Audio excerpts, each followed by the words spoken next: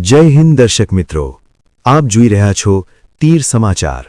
દર્શક મિત્રો, છોટાઉદેપુર જિલ્લામાં દારૂબંધીના કડક અમલ માટે એક બાદ એક મહિલા પોલીસ અધિકારીઓ સપાટો બોલાવી રહી છે।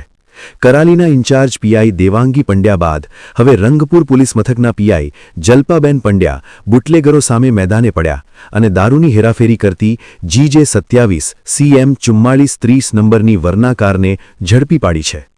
બાતમી મળતા રંગપુર પોલીસ મથકના પીઆઈ જલ્પાબેન પંડ્યાએ વોચ ગોઠવી હતી, પણ બુટલેગરે મહિલા પીઆઈને પડકાર ફેંકી વર્ના કારને પૂરઝડપે હંકારી નાસી છૂટ્યો।